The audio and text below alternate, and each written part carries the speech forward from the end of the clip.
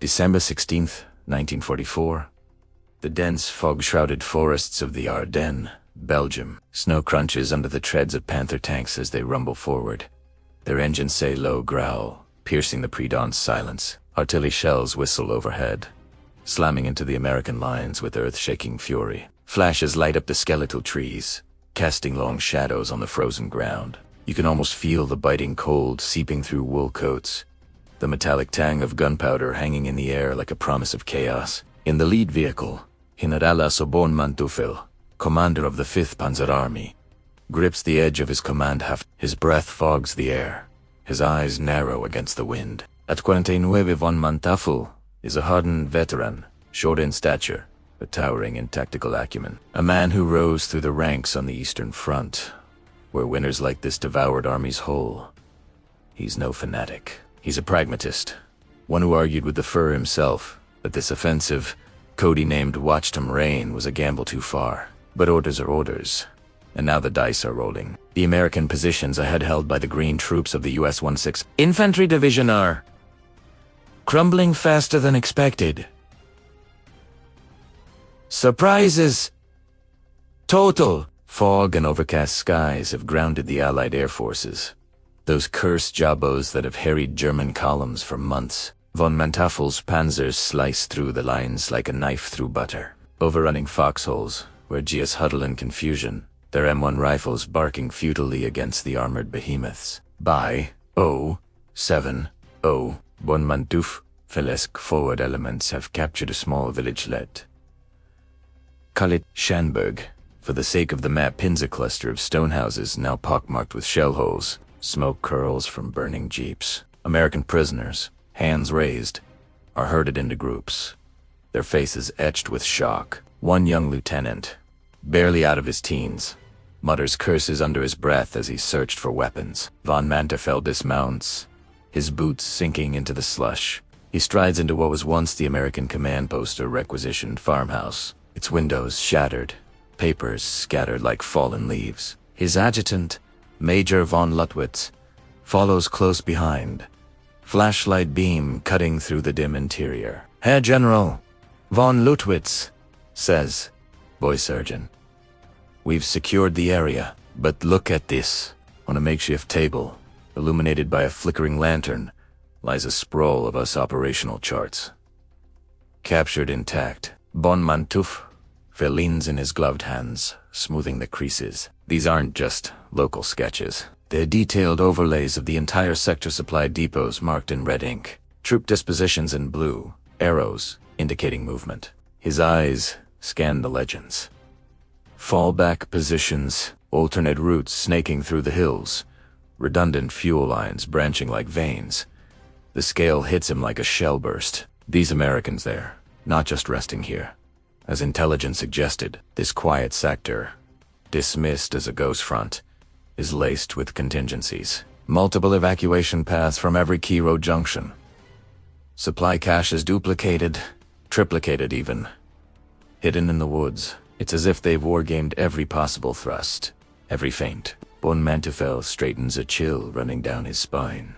That's not from the cold. They knew, he whispers, more to himself than to von Lutwitz. Or at least, they prepared as if they did. But how? The Fourier's plan was shrouded in secrecy, radio silence enforced. Troops moved under cover of night. Yet here, on this paper, is evidence of foresight. A trap, or just American excess, that bottomless well of resources. Outside, the roar of engines resumes as the Panzer column pushes on. But in von Manteufel's mind, doubt takes root. The offensive is just hours old. Objectives like Bastogne and the Meuse River still distant dreams. If these maps are any indication, the road ahead isn't just defended, it's a labyrinth designed to bleed them dry. As the general stepped back into the snow, a distant explosion echoes through the trees. Allied artillery. Already, he glances at the horizon, where the fog is lifting just enough to reveal the silhouette of more American positions. What else have they hidden in these woods? December 17th, 1944. Late afternoon. The command post of the 5th Panzer Army, a requisitioned schoolhouse on the outskirts of St. Vith. Snow lashes against the cracked windows as von Manteuffel spreads the captured American charts across a long oak table under the harsh glow of a single bulb. Maps overlap like puzzle pieces, topographical overlays, logistical grids, engineer sketches of bridge reinforcements. The room smells of wet wool, cigarette smoke, and the faint metallic bite of fear. Major von Lutwitz stands at his shoulder, silent. A runner has just brought fresh reports. The lead elements of the 1st SS Panzer Division are stalled north of here. Fuel shortages already biting. Von Manteuffel traces a finger along a thick red line on the American overlay, one of many fallback positions radiating from the town like spokes on a wheel. Every road junction has an alternate route marked. Every supply dump has a duplicate, sometimes two. He exhales slowly. "Look here," he says, voice low. "This isn't panic planning. This is deliberate depth." He taps a cluster of blue arrows pointing west. They expected us to come through exactly these corridors. Not hoped. Expected. Von Lutwitz shifts uncomfortably. "Intelligence," said the Americans, "believed we were finished exhausted after Normandy. No reserves for a winter offensive." Von Manteuffel gives a short, bitter laugh. "Intelligence was wrong, or we deceived ourselves." He pulls another sheet forward. A U.S. First Army operations map dated early December, annotated in pencil, notes in English. Possible enemy counteroffensive sector, with probabilities scrolled beside each axis. The Ardennes sector is circled probability 15%. Low, but not zero. Enough to prepare. You can picture the American planners in their warm headquarters in Spa or poring over the same terrain models, asking the same questions the Germans asked. Where would you attack if you were desperate? The answer stays back from the paper. Right here. The general straightens, rubbing the bridge of his nose. He thinks of the briefings in Berlin. The Führer's monic certainty that one great blow would split the Allies, force them to the table. Von Manteuffel had warned that the plan required perfect weather, perfect surprise, perfect execution, of which they had in full. Now this map confirms his fears in American ink. A knock at the door. Colonel Bon B. Atem. His operations chief enters, face grim. General new intercepts. American radio traffic is increasing, but disciplined. They're shifting reserves elements of the 82nd and 101st Airborne moving toward Bastogne. Bastogne, the road hub every German commander covets. Von Manteuffel glances back at the chart. There it is. A heavy black ring around the town labeled Key to Reynold. At all costs. Multiple supply routes feeding it from the southwest, untouched by the German advance so far. He feels the first real twist of dread. The offensive is barely 36 hours old, and already the Americans are reacting not with chaos, but with choreography. Their fallback lines aren't retreats, they're elastic bands designed to snap back. Every mile the Panzers push forward, stretches German supply lines thinner while shortening the American ones. Von Lutwitz breaks the silence. Should we report this to Army Group B? Du, the Führer, bon mante, hesitatis. Field Marshal Model would listen. Hitler would not. The map would be dismissed as American bluff, overcaution, wastefulness, proof of weakness, not strength. No, he says finally. Not yet. We press on, but we adjust. He leans over the table again, marking new axes and grease pencil routes that avoid the most heavily prepped American corridors. Narrower paths, riskier terrain, anything to regain the initiative. Outside, the wind howls louder. In the distance, the muffled crump of artillery grows steadier, American guns finding their range. Von Manteuffel folds the captured map carefully, slips it into his tunic pocket.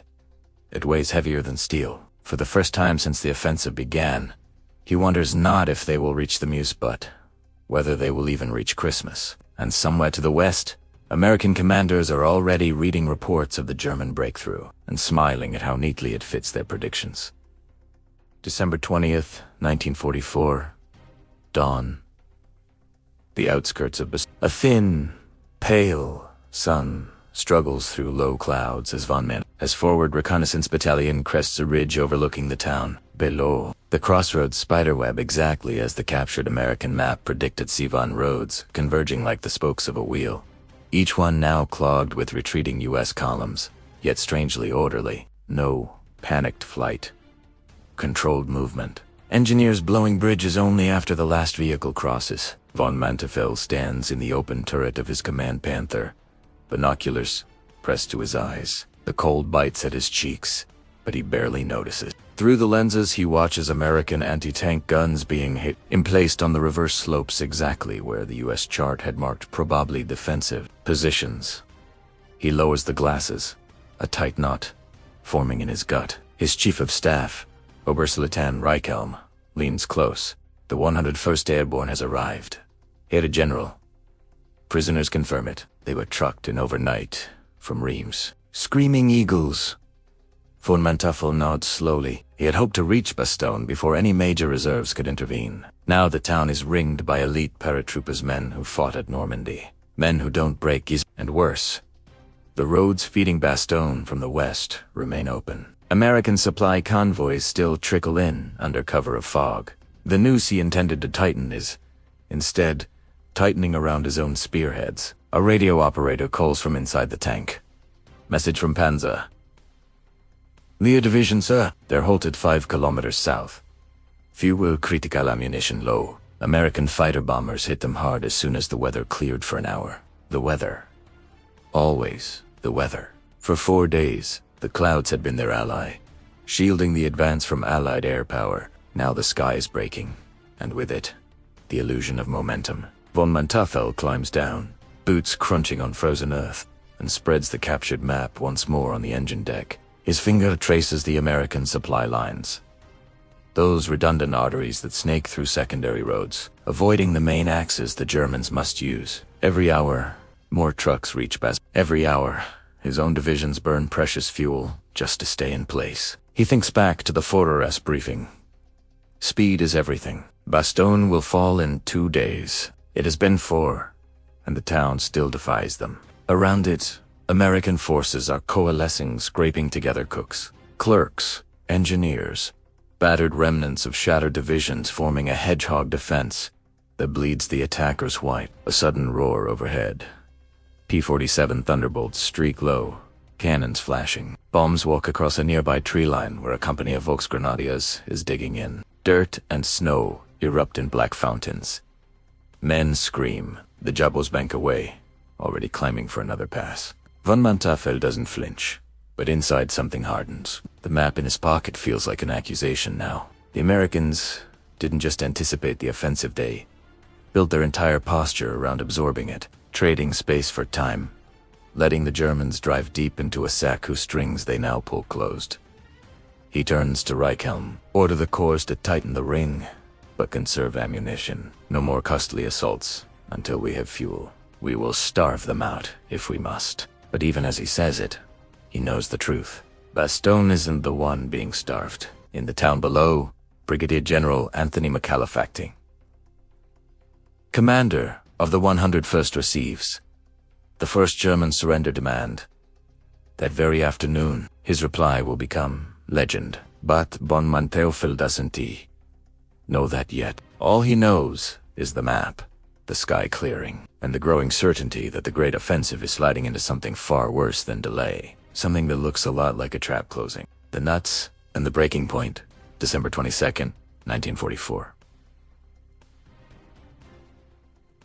Mid-morning, snow-laden forest clearing 3 kilometers east of Bastogne. For German officers, flags of truce tied to their vehicles picked their way forward through the crusty snow toward the American lines. In the lead rides, Hauptmann von Boehm, blindfolded now by a grim-faced GI sergeant, hands bound loosely in front. The surrender ultimatum drafted by the commander of the 47 Panzer Corps is tucked inside his greatcoat. Surrender Bastogne by noon, or face annihilation. Von Manteuffel has remained behind, in a frozen farmhouse, serving as his forward HQ. He paces before a crackling field stove. The captured American map spread once more on the table like an indictment. Reports flood in by radio. Ammunition down to 30% in Somme-Uni. Fuel convoys ambushed on the long, exposed roads from the Rhine. Men shivering in summer uniforms, frostbite claiming fingers and toes. The great arrowheads of the Panzer divisions, once so sharp, are blunting against the unyielding hedgehog around Bastogne. An hour crawls by. Then the runner bursts in, breathless. Message from the surrender party. Herr General. The American commander's reply. Von Manteuffel stops pacing. Read it? The runner unfolds the scrap of paper. A single word typed in English. Nuts. The room falls silent. Von Lutwitz translates. Quietly. It means they are telling us to go to hell. A beat, then von Manteuffel laughs short, sharp, almost involuntary.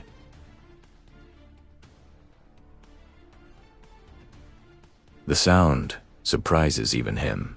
Not amusement, but recognition.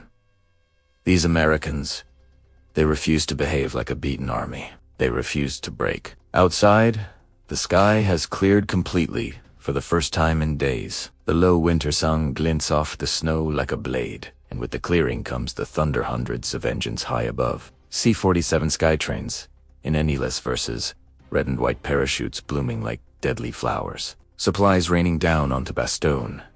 Ammunition, food, plasma, bandages, enough to keep the 101st fighting for weeks. Von Manteuffel steps to the doorway, watches the spectacle. You can feel the shift in the air, the way the cold suddenly feels heavier. Every parachute is a nail in the offensive's coffin. The redundant supply lines on the captured map, those alternate routes the Americans prepare, become airborne now. Untouchable. He turns back inside. Inform all divisions, he says, voice steady but low. Bastogne is no longer the primary objective. We bypass to the north and south, conserve strength for the Meuse. But even as he issues the order, he knows it's too late. Patton-esque, Third Army warned. Weeks earlier by ultra-intercepts, and those same contingency plans is already wheeling north from the Saar. The 4th Armored Division is slashing toward Bastogne at forced march speed. The southern shoulder of the Bulge is cracking. That night, von Manteuffel sits alone with the map under a dim lamp. He traces the American fallback lines, again how they contract, then expand, how every lost mile was traded for German exhaustion. The scale of it stuns him still. Not just preparation, but prophecy. They didn't need to know the exact day or hour. They only needed to know Hitler's mind and the limits of German strength. He folds the map, slips it back into his pocket. Somewhere in the distance, American artillery begins a steady, methodical bombardment, counter-battery fire guided by spotter planes now free to roam the sky.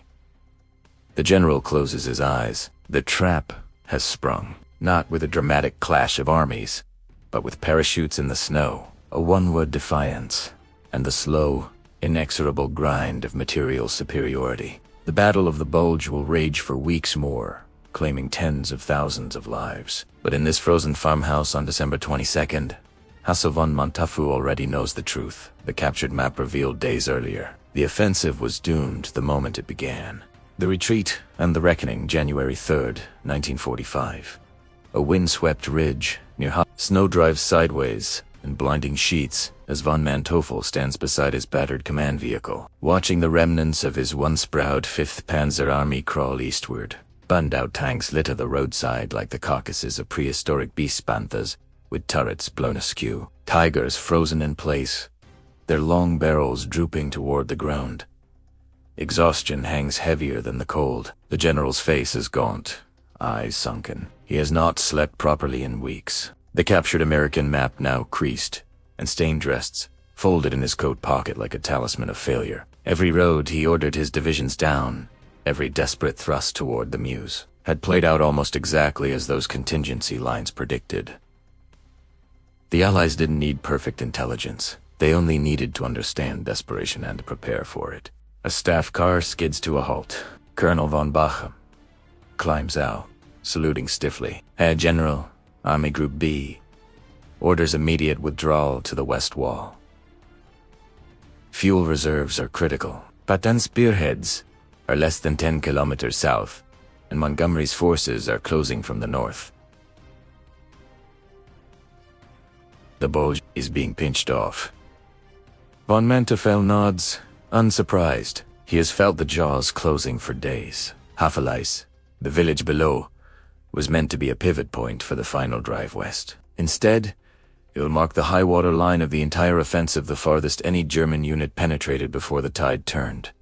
He climbs into the as they rumble rearward, passing columns of weary infantry trudging through the drifts.